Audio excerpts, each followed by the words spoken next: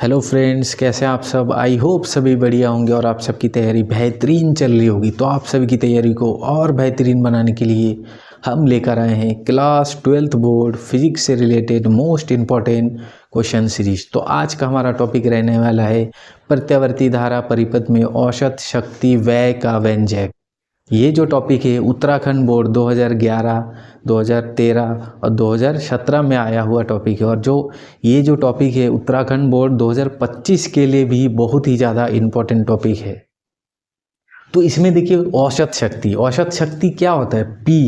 P is equal to क्या होता है, जो आप आरोपित यानी कि जो आप वोल्टेज लगा रहे हो उस परिपथ में, ठीक है, और उसमें जो धारा प्रवाहित होती है यानी कि वोल्टेज और धारा के गुणनफल को हम क्या कहते हैं, शक्ति कहते हैं। ठीक है, तो क्या लिखेंगे, परिपथ की औसत शक्ति, परिपथ की औसत शक्ति आरोपित वोल्ट का, परिपथ की औसत शक्ति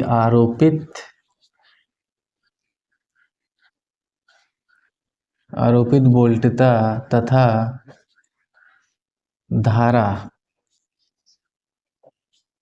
धारा के गुणनफल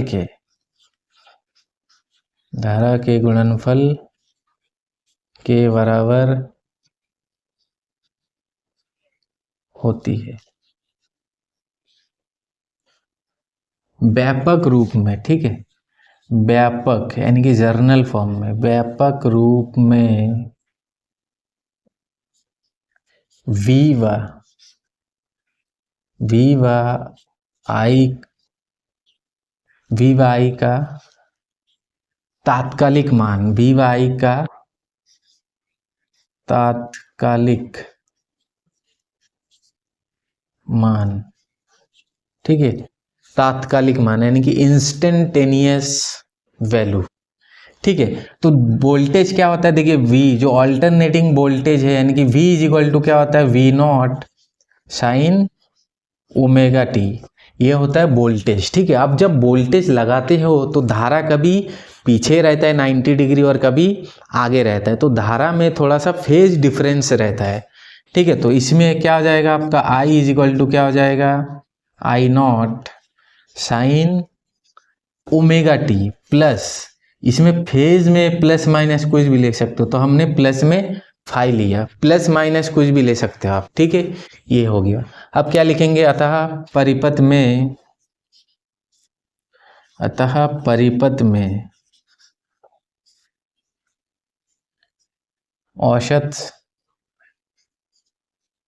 औसत व्यय शक्ति या शक्ति व्यय, औसत व्यय शक्ति एवरेज निकालना है। ठीक है, तो P बार लिखेंगे, बार का मतलब क्या होगा, औसत, तो ये क्या हो जाएगा, P is equal to V I. अब ठीक है, V की वैल्यू रख देंगे और I की वैल्यू रख देंगे, तो यहाँ से P bar is equal to V की वैल्यू क्या है, V0 साइन ओमेगा टी, और I की वैल्यू क्या है, I0 sine omega t plus five. ठीक है, अब देखिए सॉल्व करना है इसको, तो सबसे पहले देखिए क्या करेंगे, V और I को एक साइड लेते हैं, V0 I0, ये आपका हो गया साइन ओमेगा टी। ठीक है, और ये क्या है आपका sign omega t plus five. ठीक है, अब देखिए इसमें एक फॉर्मूला लगेगा साइन ए प्लस बी का, क्या होता है साइन ए प्लस बी, यहां लिख देते हैं ये फॉर्मूला साइड में, साइन ए प्लस बी, इसका फॉर्मूला क्या होता है, साइन ए कॉस बी। ठीक है, प्लस है तो प्लस लेंगे, plus cos A sine B, ये फॉर्मूला है। ठीक है, साइन ए प्लस बी का।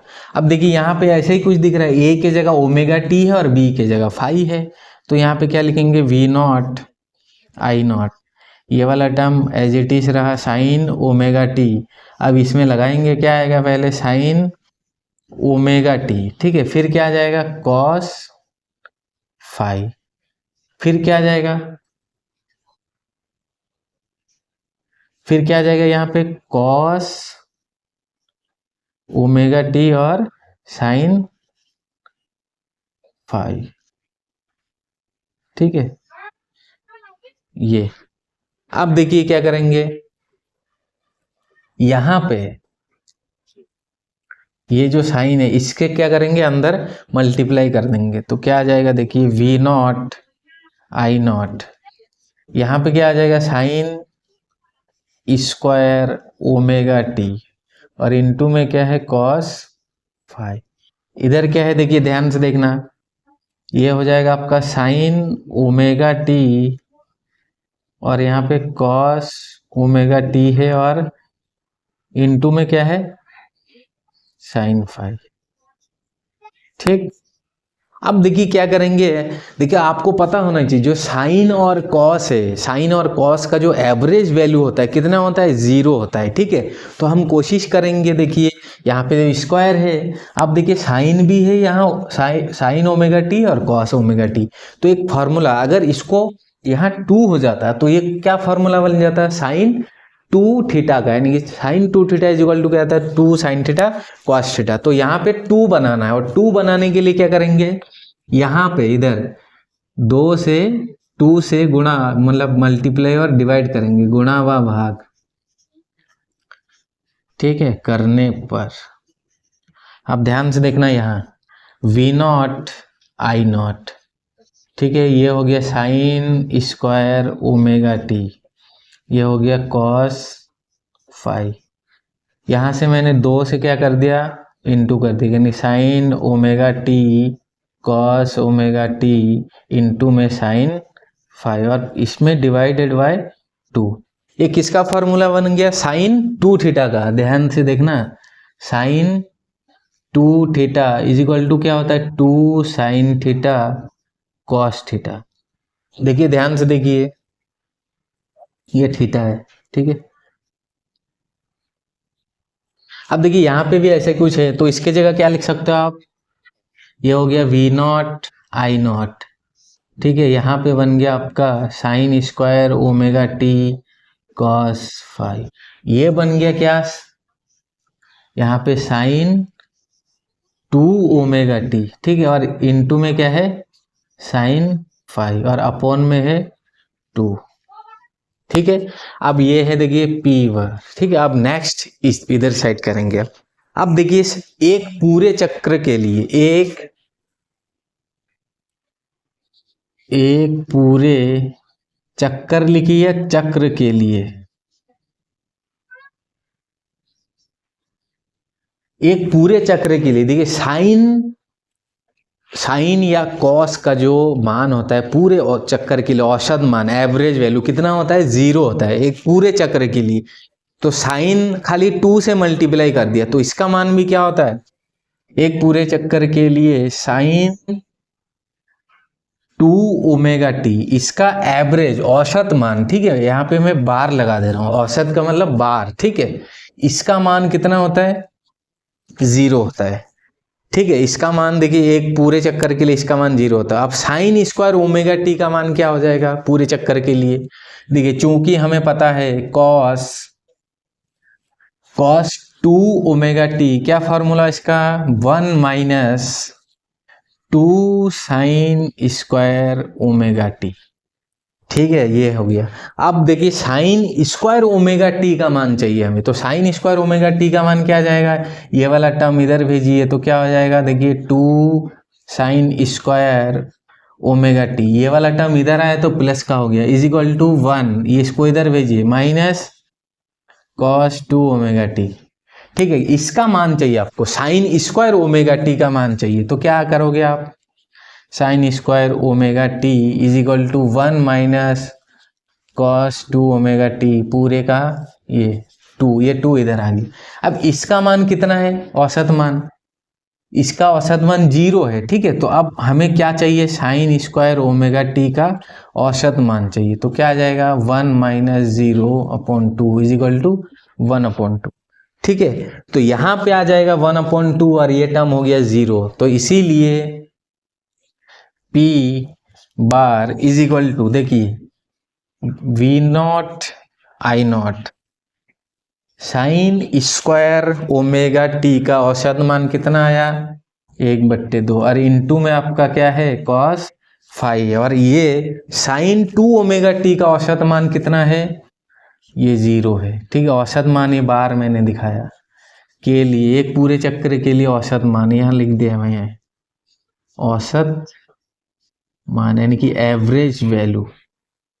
ठीक है, तो आपका जो हमारा P bar is equal to क्या है वी नॉट आई नॉट, क्या बच रहा है कॉस फाई और पूरे के अपॉन में 2। अब देखिए 2 को कैसे लिख सकते हो, 2 को √2 इंटू √2 लिख सकते, तो P bar is equal to V naught upon √2 into ये क्या लिख रहा हूं मैं, आई नॉट अपॉन √2। देखिए √2 ये क्या मल्टीप्लाई करके 2 ही आएगा, इसको हमने ऐसे सेपरेट कर दिया क्योंकि ये किसके बराबर होता है, ये होता है देखिए VRMS यानी कि धारा का वर्ग माध्य मूल मान या वोल्टेज का वर्ग माध्य मूल मान। तो P bar is equal to क्या आ जाएगा VRMS इंटू IRMS और ये इंटू में कॉस फाई। ठीक है, या ऐसे ही सिंपल ही लिख सकते हैं आप VRMS IRMS into cos phi. ठीक है, अब देखिए ये जो एवरेज पावर आया ये किस चीज पे निर्भर कर रहा है, फाई पर। अब देखिए फाई क्या होता है, फाई को हमने क्या माना है यहाँ पे फेज यानी कि कलांतर यानी कि कला में अंतर। ठीक है, अब हम विशेष स्थितियां देखेंगे। ठीक है, तो पहला यहाँ पे लिख देते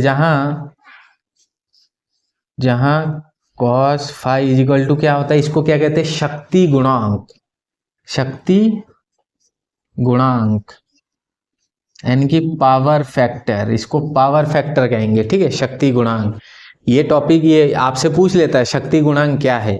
ठीक है, अलग अलग परिपथ का LCR परिपथ का शक्ति गुणांक क्या है या आपसे LC परिपथ का शक्ति गुणांक क्या है। ठीक है, ये पूछ लेंगे। तो इससे पहले देखिए यहाँ पे कॉस फाई कैसे निकालते ये देखते। देखिए जर्नली क्या होता है कॉस फाई निकालने का तरीका क्या है आपके पास, कॉस फाई निकालने का देखिए विशेष स्थिति बाद में करेंगे, पहले कॉस फाई निकालते। ठीक है, तो कॉस फाई निकालने का क्या तरीका है, देखिए आर का मान ऐसे रहता है। ठीक है, आर और जो आप देखिए धारा प्रतिरोध में धारा और वोल्टेज एक ही साथ चलता है। ठीक है, तो ये मान लिया हमने आर। अब देखिए इधर क्या होता है इस साइड, इधर मान लेते हैं एक्सएल। ठीक है, तो जो जेड होगा जेड का मान ये है और ये हो गया फाई आपका। ठीक है, तो यहां से अगर आप कॉस फाई देखेंगे तो cos phi is equal to क्या आ जाएगा, ये देखिए XL cos is equal to क्या होता है आधार बट्टे कर्ण, सॉरी आर अपॉन जेड आ जाएगा। ठीक है, और अगर आप सी जब परिपथ में आपका सी लगा यानी कि धारिता संधारित्र लगाओ तो उस केस में क्या आ जाएगा, ये आ गया XC और ये आ गया आपका आर। तो इस केस में देखिए ये हो जाता है जेड का मान, किसका मान जेड का मान।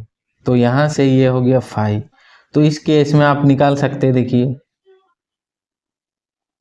ठीक है, इस केस में भी आप निकाल सकते हैं। तो इस केस में कुल मिला के जो कॉस फाई का मान है, cos phi is equal to क्या होता है आधार बट्टे कर्ण। आधार क्या है आपका, आधार ये आर है, आधार है आपका आर, और कर्ण क्या है कर्ण, देखिए कर्ण है जेड, और जेड को क्या कहते हैं हम प्रतिबाधा। ठीक है, तो कॉस फाई का मान क्या आया आपका आर अपॉन जेड। मैंने दोनों केस के लिए लिखा बना दिया, यानी कि जब परिपथ में क्या लगा हो कुंडली लगा हो प्रेरकत्व, उसका प्रेरक ये धारितीय सॉरी ये प्रेरकीय प्रतिघात कहेंगे और इसको धारितीय प्रतिघात कहेंगे। ठीक है, अब विशेष स्थिति देखते हैं, विशेष स्थितियां। ठीक है, पहला केस जब परिपथ में केवल प्रतिरोध हो, जब परिपथ में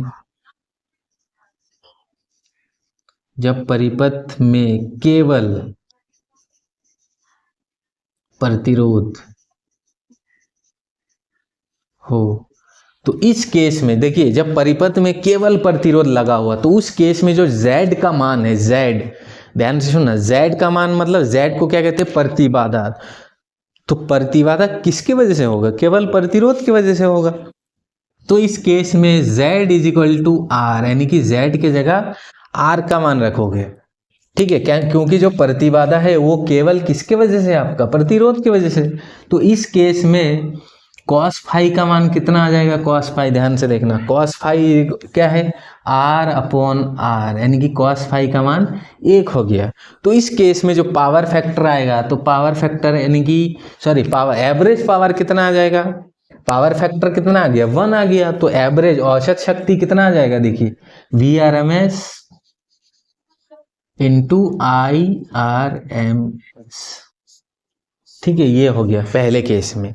अब देखिए दूसरा केस, दूसरा केस कहाँ करें, दूसरा केस देखिए यहां से करते हैं, हम बॉक्स बना देते हैं, आई होप यहां तक आ जाए। ठीक है, दूसरे केस में क्या है,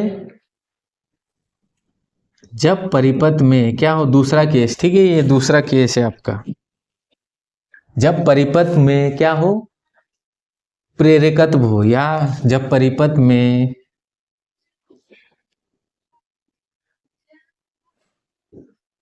केवल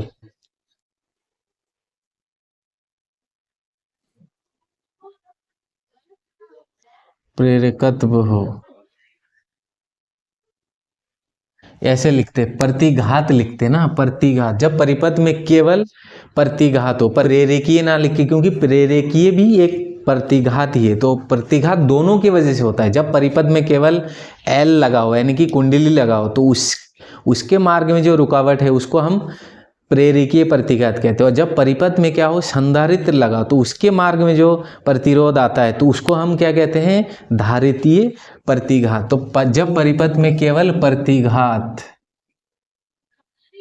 क्या हो, प्रतिघात हो, या इसको क्या कहते हैं हम, बाठहीन धारा परिपथ, बाठहीन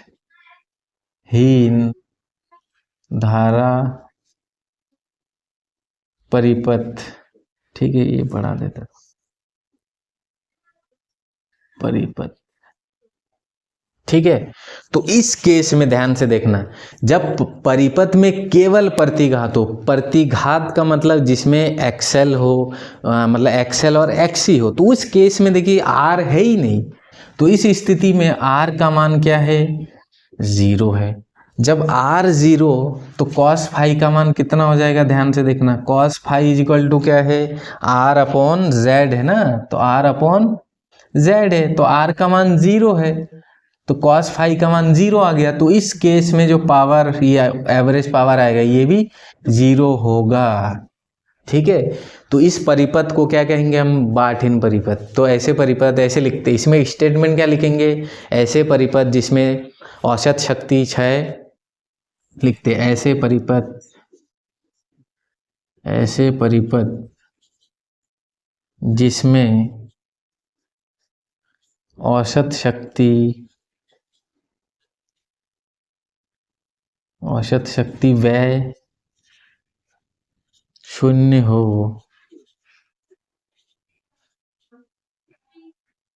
ऐसे परिपथ जिसमें औसत शक्ति व्यय 0 हो, उसमें उस परिपथ को क्या कहेंगे, उस परिपथ को बाठहीन बाठहीन परिपथ कहते हैं, तथा इसमें बहने वाली धारा को, तथा इसमें बहने वाली, ये प्रवाहित होने वाली लिखते, प्रवाहित, क्या लिख रहा हूं मैं, प्रवाहित होने वाली धारा को क्या कहेंगे, बाठहीन धारा, होने वाली धारा बाठहीन, तथा इसमें प्रवाहित होने वाली धारा को बाठहीन धारा कहते हैं। ठीक है, लेकिन वास्तव में ऐसा कुछ एक्चुअल में ऐसा नहीं होता है। वाटहीन मतलब जिसमें औसत शक्ति क्षय, मतलब शक्ति क्षय है हो ही ना, ऐसा कोई परिपथ पॉसिबल नहीं है। क्योंकि आप जो भी कुंडली उसमें कुछ ना कुछ लगाओगे तो उसमें कुछ ना कुछ उसका प्रतिरोध अवश्य होगा।